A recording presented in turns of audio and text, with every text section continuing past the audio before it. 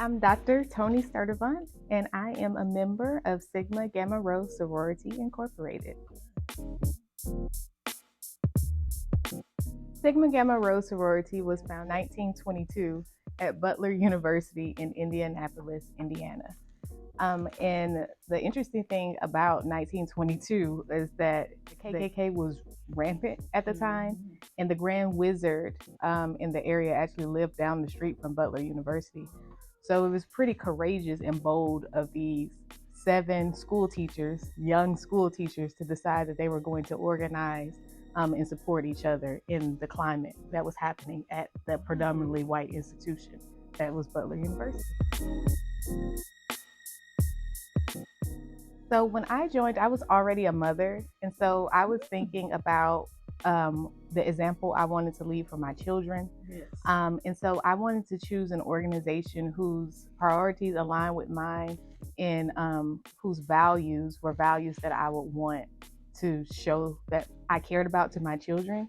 And so the focus on education, projects like the essay contest focused on Africa, some of the other essential programs were things that I wanted my children to think of those if they thought about me.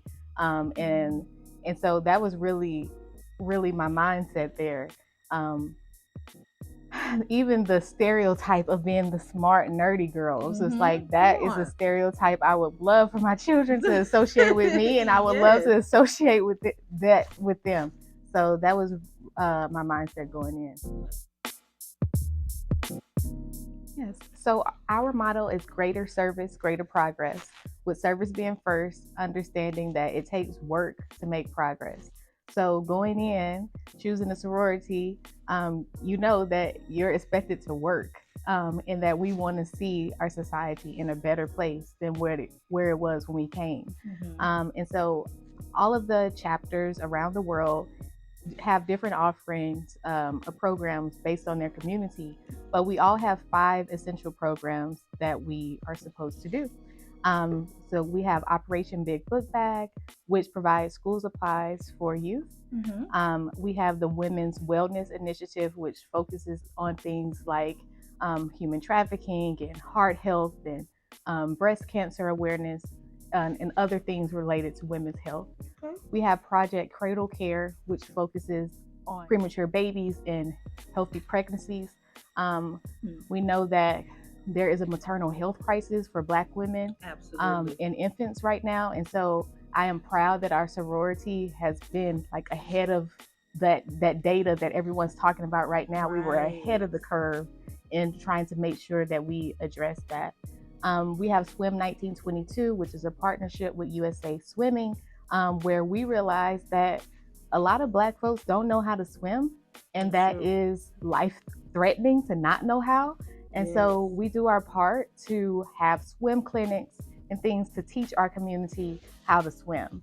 And I felt like that was pretty powerful. The Youth Symposium, which is sort of like a day conference for youth, with topics that are relevant to the youth's lives, to making sure that they're on the right track, because we realize that there are a lot of like competing messages. We want to provide a space for them to get the right information, whether it's about financial literacy, whether it's about applying to go to college, whether it's about health and mental health and wellness, those sorts of things.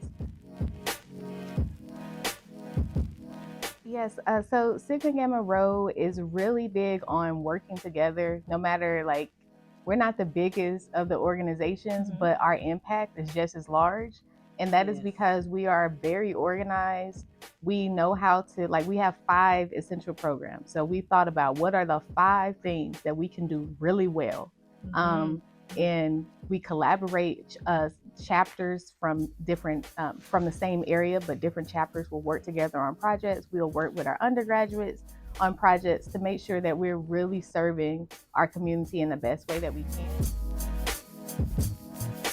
I'm an executive at a nonprofit, and so I have a small team, but I really think about, well, how can we work with this other department? How can we use our talents in the best way? Because that is something that my sorority has taught me, that you don't have to have 1 million people to make a difference. All you need is people that are dedicated, in a good plan, and you can make the difference that you want to see. Yes. Well, there's lots of things that I'll never forget. I have a lot of great memories with my sorors, just doing all kinds of things from service to social events and things. But for me, I lost my mom in 2019, and I believe I told one soror what happened, and that was all I needed to do. Like, sorors from the region that I never met were reaching out to me asking if I needed anything, sending me money for to help with funeral expenses. Soror just showed up at my mom's wake and was there with flowers and all of these things, and they didn't get the information from me. Like, they did the work to make sure that they support their sister, and that's just what we do. We have sorors that will say, you know, I'm gonna be in Dallas, where can I stay? And sorors will say, you can stay with me, and we've never met. So it's just like the true sisterhood, where this true love for one another, that is priceless. And I mean, it should be how the world operates, but it's not. But it is how our sorority operates. I think that sorority life is an enriching thing, but I think that it's what you're going to put in it. So I said earlier that our motto is greater service, greater progress. So if you're not someone that wants to do work in service, then you should not be a part of our sorority, because we are designed to serve our community. And so it's cool to wear the letters, it's cool to stroll, it's cool to do all of the things, but at the end of the day, we're about service. And those are the type of people that we look for to join our sorority. Yeah, I would give, if someone is in undergrad and they're looking to join a chapter, make sure your GPA is high. I'm coming for our chapter members to have the highest GPAs of all the organizations on campus. Like, we are really about, we will have study sessions like as part of the programming for our undergrads. We're really big on education. We were founded by 7 educators. So I cannot overemphasize how important education is to our organization. So I think that would be the start, because once you start the process, time management might be an issue. So you really need to have your personal affairs in order before you start trying to come over with us. But then once you're in there, then we're going to help you. So yeah, but just let us see that you have what it takes, and then we'll help you the rest of the way. Yeah, I would definitely buy a farm. A farm? Yes. I just dream of living in a place where I am able to get my food from myself and cook things straight from the earth.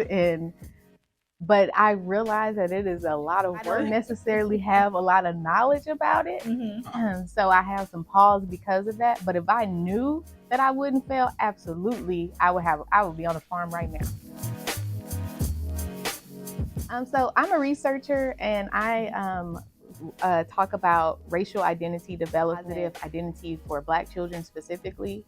And so I write books and articles and things, and so my hope is that even after I've passed on, that work will exist, and people will continue to think about racial identity development in young children until it's not something that we have to think about anymore. So I've said I'm a mother, but when I had my first child, I decided that I was going to do a natural birth in a birth center. So out of hospital birth, no epidural, nothing, just natural. And I hadn't necessarily seen it done, but I knew that that's what I wanted to do. And not only did I do it, but I did it and remained composed the whole time. And it was just this beautiful experience. Oh my God. And I'm so proud that I was able to. When I lived in San Antonio, we attended a spiritual community led by Reverend Erica Forbes.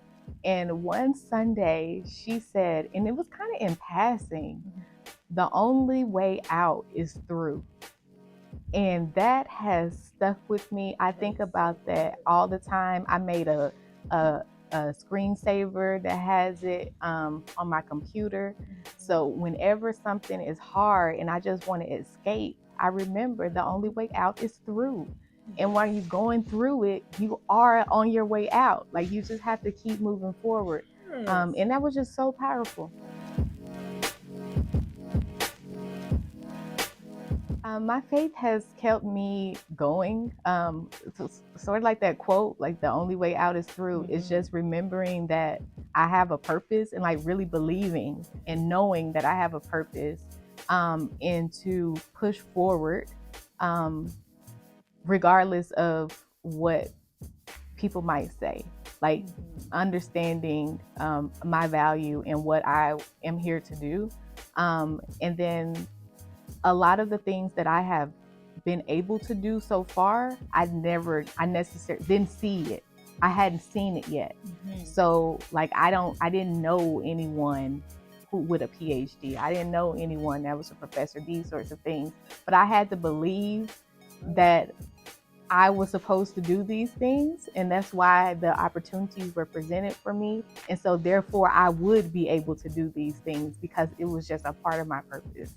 And so the faith has really kept me guided and stopped me from giving up, even though I might not even know what the end looks like. I just really trust that I am on my path, and that, my steps are guided.